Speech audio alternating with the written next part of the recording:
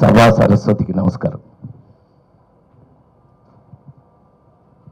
Robin Hood, మైత్రి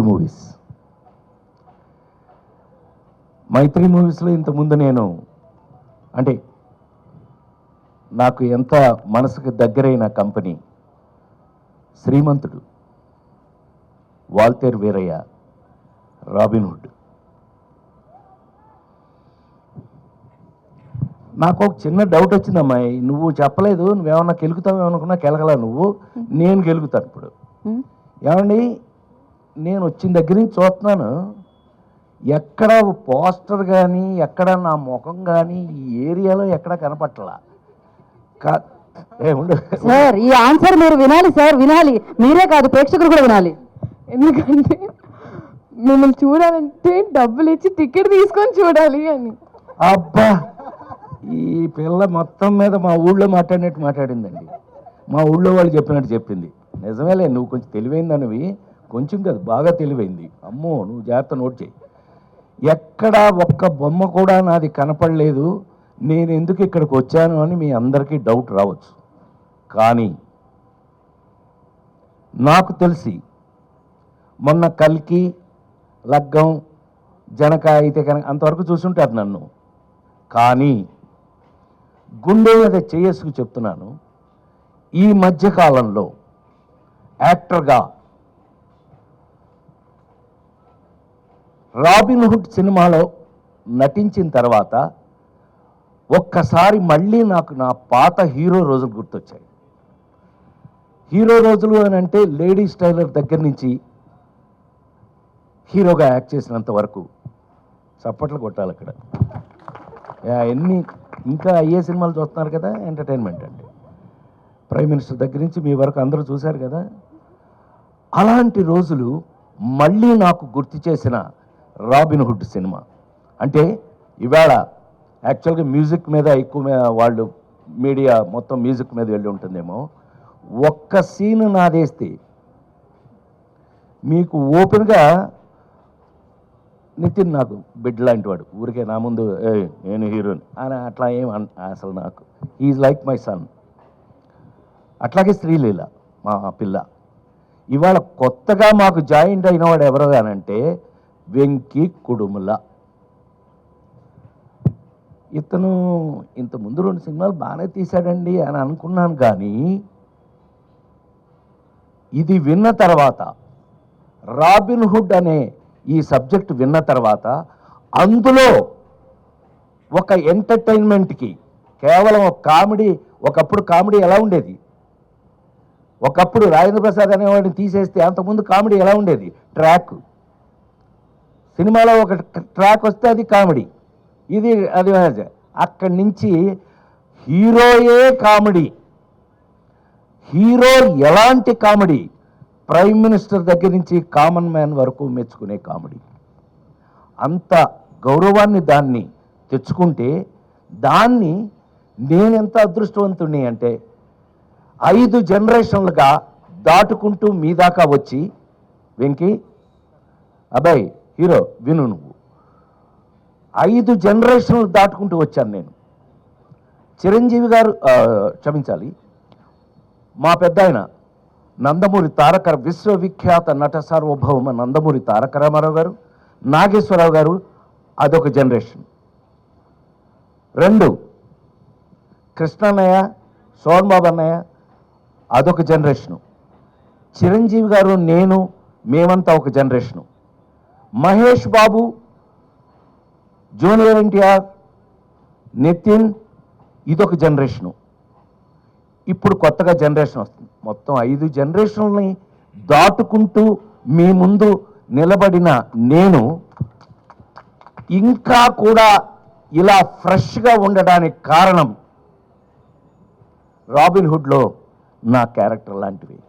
ఈ విషయాన్ని మీరు రేపు 28వ తారీఖున థియేటర్లో, ఈ మధ్య థియేటర్లో కూర్చొని హాయిగా ఫ్యామిలీతో చూసుకునే సినిమాలు లేవనే కంప్లైంట్ దాటి ఒక అద్భుతమైన ఫుల్ ఎంటర్టైన్మెంట్ మీకు మంచి కథతో, నేను అదే చెప్పాను, రాబిన్హుడ్ ఏంటండి దొంగ, రాబిన్ హుడ్ అంటే దొంగ కదండి, వాడు ఇంగ్లీష్ సినిమాల నుంచి దొంగ కదా. అవును, ఈ సినిమా ఈ కథ చూశాక మన ఇంట్లో కూడా రాబిన్ హుడ్ లాంటి దొంగ ఒకడు ఉంటే బాగుండు అనిపిస్తుంది మీ అందరికి.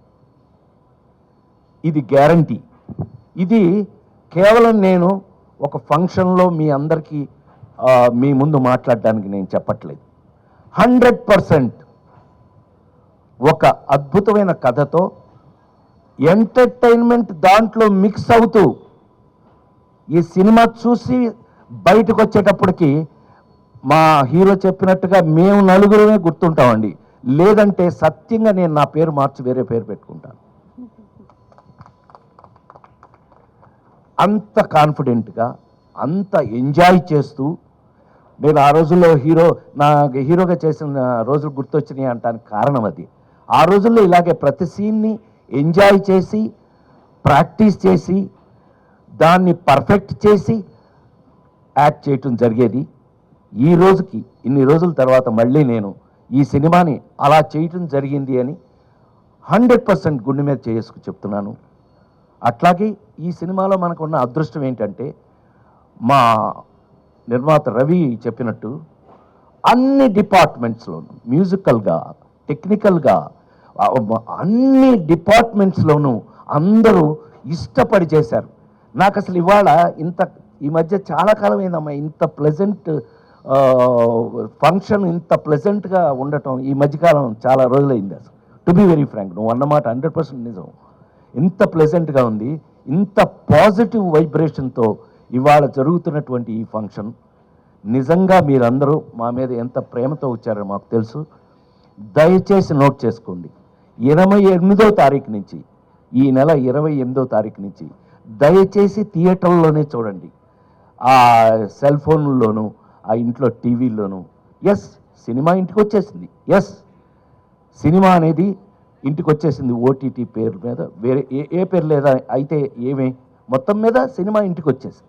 కానీ నిజంగా థియేటర్లో కూర్చుని ఫ్యామిలీతో సహా చూడగలిగినటువంటి ఒక అద్భుతమైన సినిమా మనకు దొరికితే గనక అంతకు మించిన ఎంటర్టైన్మెంట్ నాకు తెలిసి ప్రపంచంలోనే సినిమా అంటే అద్భుతమైన ఇంట్రెస్ట్ ఉన్నది ఇండియాలో, అందులోనూ మరి ముఖ్యంగా సౌత్ ఇండియాలోను, అందులో మరి ముఖ్యంగా తెలుగు వాళ్ళకి సినిమా అంటే ఎంత ఇష్టమో నాకు తెలుసు. నేను 48 సంవత్సరాలుగా సినిమాలో ఉన్నాను. నేను మీ అందరి ముందు ఈ రోజుకి నాకు ఇంత అద్భుతమైనటువంటి అవకాశం ఇచ్చిన నా కంపెనీ, నా మైత్రి మూవీస్. నేను శ్రీమంతుడికి మీకు విషయం తెలుసా లేదో అండి, శ్రీమంతుడి సినిమాకి జనరల్గా ఫ్యాన్స్ అందరూ ఇష్టపడతారు. అంటే నాకున్న అదృష్టం ఏంటంటే Chiranjeevi fans, Balakrishna fans, Nagarjuna fans, Venkatesh, అందరి ఫ్యాన్స్ నా ఫ్యాన్స్.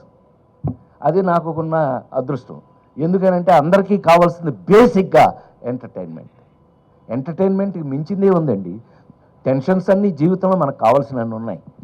అందుకని మరొకసారి మీ అందరి ముందు సవినయంగా నేను రాబిన్ హుడ్ సినిమాని 100% మీరు ఫ్యామిలీగా వెళ్ళి 28వ తారీఖు నుంచి థియేటర్లో, అద్భుతమైన థియేటర్లో ఆ ఫీల్ తోటి సినిమా చూడండి. మీకు ఎంజాయ్మెంట్, మీరు హాయిగా అనుకున్న ప్రతి ఐటము ఈ సినిమా లేకపోతే నేను దానికి బాధ్యుణ్ణి అని మరొకసారి మీ అందరి ముందు సవినయంగా మనవి చేస్తూ, నాకు ఇంత అద్భుతమైన అవకాశం ఇచ్చిన నా కంపెనీ, సరే నా మైత్రి మూవీస్ నా సొంత కంపెనీ చెప్పాను కదా శ్రీమంతుడికి, I should thank Venky Kudumala. నువ్వు అంత అద్భుతంగా నన్ను ఇప్పుడు త్రివిక్రమ్ దగ్గర నుంచి, మీ గురువు త్రివిక్రమ్ దగ్గర నుంచి, అనిల్ రావుపూడి దగ్గర నుంచి అందరూ నా మీద ప్రేమతో ఈ జనరేషన్, నేను అన్నానే 5 జనరేషన్లు దాటి వచ్చానని, ఈ జనరేషన్ రచయిత దర్శకులు కూడా నాకు ఇలాంటి పాత్రలు రాయటం నా అదృష్టంగా భావిస్తూ, దీనికి అవకాశం ఇచ్చినటువంటి, మనం ఎప్పుడు అనుకుంటూ ఉంటాం, మీకు బాగా గుర్తుండి ఉంటుంది, ఆ నలుగురు సినిమా అప్పుడు చెప్పాను నేను, నాకంటే నాకు వచ్చిన అవకాశం గొప్పది అని.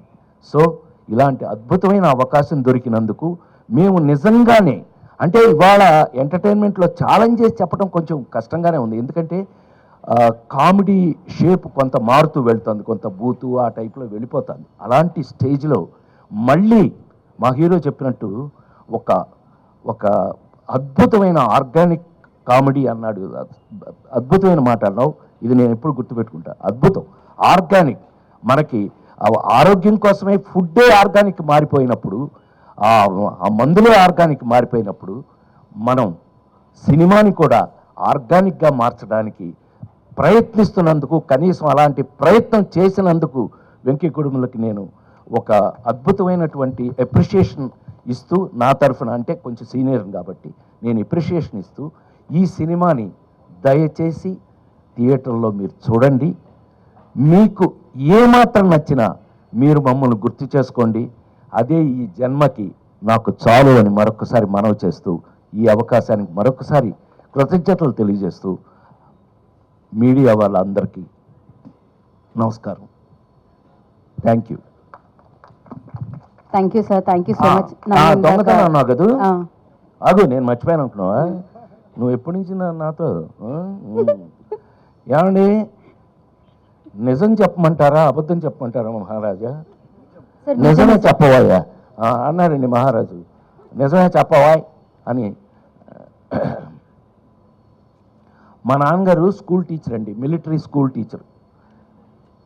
సో స్కూల్ టీచర్ అండి. ఎంత స్ట్రిక్ట్ అని అంటే, మీ అందరికీ చిన్న ఐడియా ఉండి ఉంటుందిగా, నేను ఎన్టీ రామారావు ఇంట్లో పుట్టాను. ఆ ఇంట్లో మేము అద్దెకుండేవాళ్ళం 24 సంవత్సరాలు. అక్కడే పుట్టాను నేను. సరే, అది మా నాన్న ఎంత స్ట్రిక్ట్ అని అంటే, హరికృష్ణ అల్లరి చేస్తే హరికృష్ణ కొట్టలేక మమ్మల్ని కొట్టేవాడండి ఆయన. నన్ను కొట్టారంటే నవ్వుతున్నావా నువ్వు, నీ సంగతి చూస్తానే వస్తున్నాలే బయటికి. అలాంటిది ఆయన ఎంత స్ట్రిక్ట్గా ఉంటాడండి. అలాంటిది ఏదన్నా ఎప్పుడన్నా బజార్కి వెళ్ళి ఆ శనగపప్పు ఉండవు అవి ఏమన్నా తిందామంటే డబ్బులు ఏం చేయాలి? మా నాన్నగారు జేబులోంచి 5 పైసలు కొట్టేశానండి.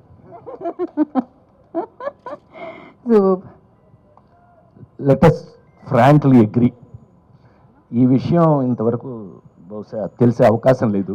సో చిన్నప్పుడు అలాంటివి అసలు వీటికంటే మరి ముఖ్యంగా ఏంటంటే, మా ఇంట్లో 4 బ్రదర్స్ 2 సిస్టర్స్ అయితే అందరిలోనూ మా నాన్నగారి దగ్గర ఎక్కువ దెబ్బలు తింది నేనే. కారణం ఏంటంటే, పక్కింట్లోంచి జామ చెట్టు ఎలా కనపడుతుండేదండి, దానికి గుత్తులుగా కాయలు ఉండేవి, అద్భుతంగా పండేవి. ఎవడు ఊరుకుంటాడంటే చూస్తూ మనం పైకెక్కి మా నాన్న లేదు స్కూల్ నుంచి వచ్చేటప్పుడు చాలా టైం అవుతుంది, కరెక్ట్గా మనం చెట్టు పైకెక్కి కరెక్ట్గా కాయలు కోసేటప్పుడు ఆ ఇంటి ఓనర్ ఒక ఆవిడ, పాపం మొగుడు లేడు ఎవరు లేరు, ఆవిడ ఒక్కతే ఉండేది.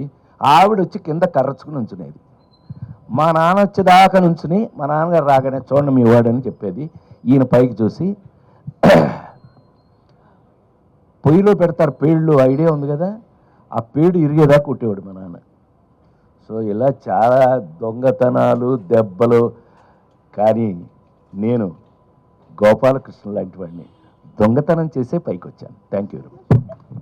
థ్యాంక్ యూ రాజేంద్ర ప్రసాద్ గారు, థ్యాంక్ యూ సో మచ్.